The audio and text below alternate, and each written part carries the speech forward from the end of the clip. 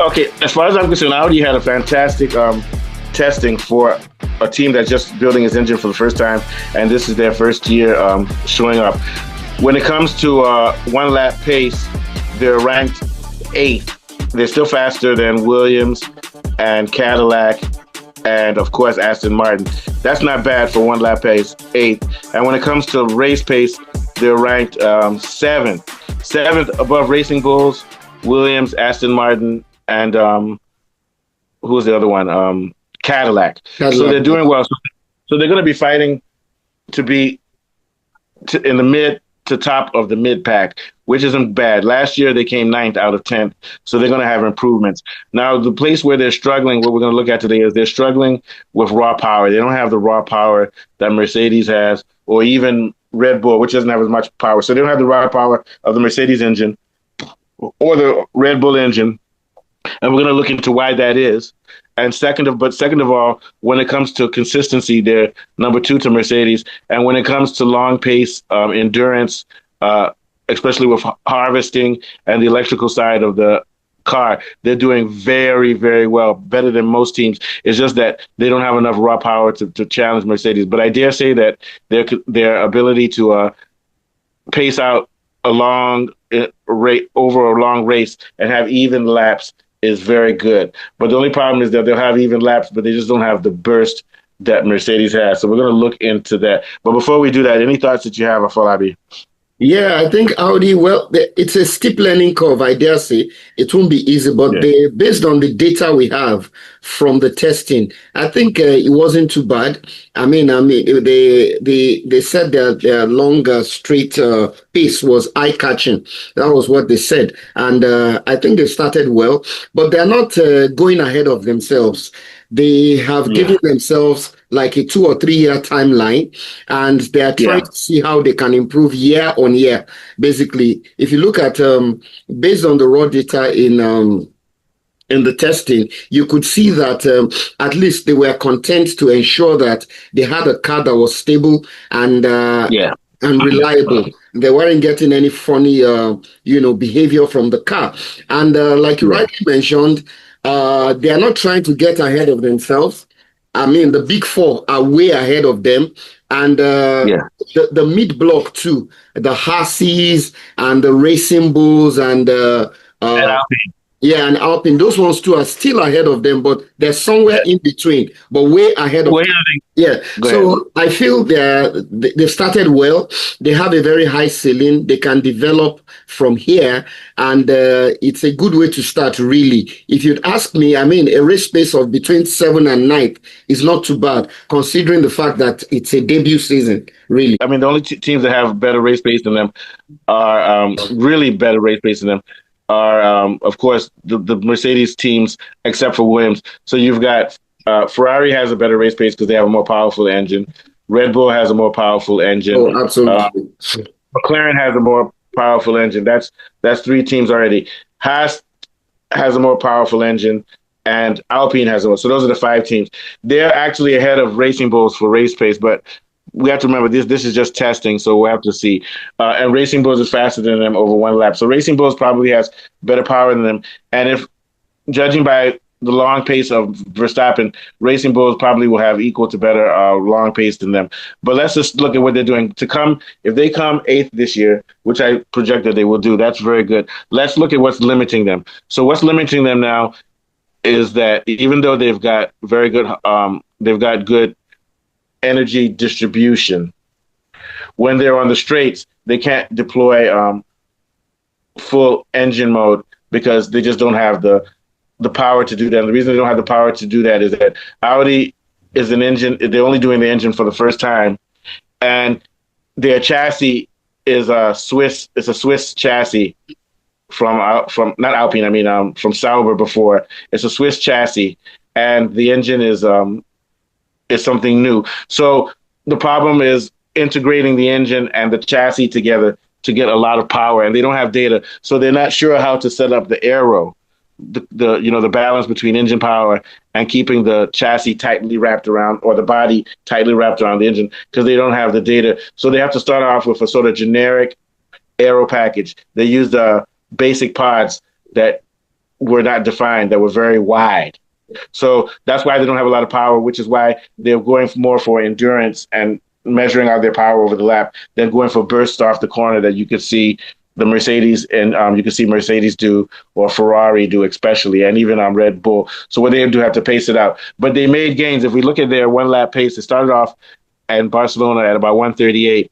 Then the second week, the first Bahrain, it was about 136, 137. Then by the time it was over, they were doing 133.8. So they made improvements. And the reason they made improvements is that from the testing they did with the laps in the first Spain and Bahrain, they altered their pods to become narrower within. And when you bring them within, hugging closer to the tires, it has less air, dirty air on the tires. So there's already seen that now they're beginning to get data and understand what they need to do to integrate the chassis with the engine. So this is a good starting point. Probably going to take a year for them before they start to get into some really fantastic concepts for aero, but that's fine because they have a good basis with their engine. Like I said, the only team that has more reliability and more mileage this year was Mercedes. So that's where they made the difference. Now, when you look at their, on the other hand, they, other than Red Bull, they and Red Bull have the best energy distribution, and that's because of the software. Audi is known for having very good software from Le Mans. That, you know, and it has a very good algorithm. So the algorithm is learning quickly and is learning the best way to distribute the energy from lap to lap to lap. It's one thing to have a lot of raw power and to be able to get boost on the straight. It's another thing for the software to know how to take into account tire drag, wind, conditions, and make alterations so that you can see how you pace out your race. The only thing that would make it is to be kind of boring for Hulkenberg and Bortoleto because they're not going to be improvising as much. There's going to be a certain ratio that the engine is on, no matter what. It's almost like autopilot, but that's what Audi is known for because of the Le Mans thing. What are your thoughts? Yeah, absolutely. You're right about this. And I think in this 2026, engines are to split power 50-50. But like you said at the beginning of your conversation, that they don't have the raw power.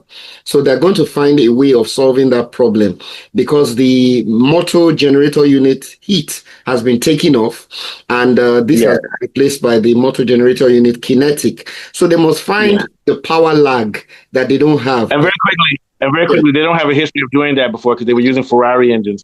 So they're not using in F1 that doing that heat thing is more important. So they don't have history doing that and data. So that's why they're lagging behind on that. Sorry, go ahead. Yeah. So there will be a power lag in the beginning, especially in power buildup, and they have to find a way from keeping the batteries from draining on long straights. I think the word is clipping now. One has to get used to a lot of 2026 terminologies. I think it's clipping when the battery. Yeah, the reason they won't have what they're doing then is that they're not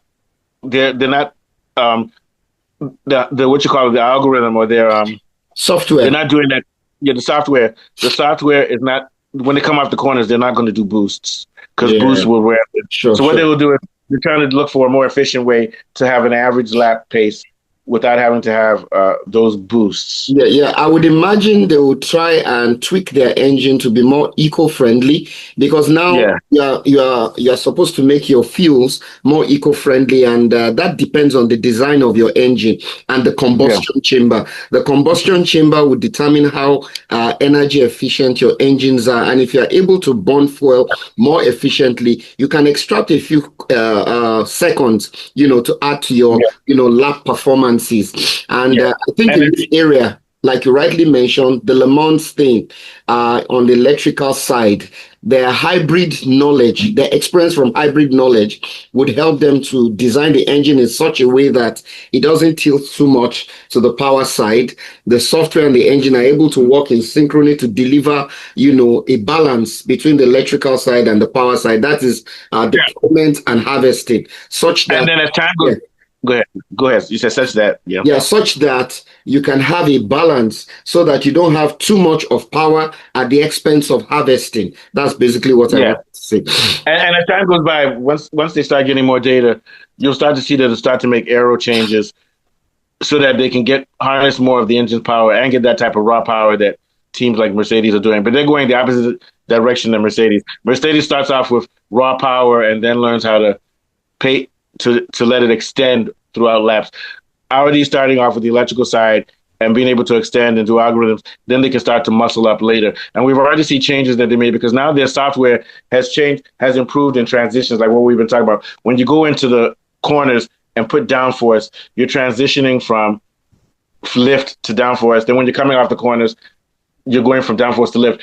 And there was a slow lag when they were making those transitions, which would lead to lags where they were losing times. But now the algorithm is already, the software has learned how to make those transitions quicker, to have less of a delay so that they don't lose time in transitions. So they're already doing that. So those types of things will come. But as far as I'm concerned, and we'll end with this, for them to, if they come 8th this year, 8th or 7th, I don't think they can come 7th. If they come 8th, they've had a fantastic year because Sauber came 9th last year. For them to come 8th this year would be an improvement.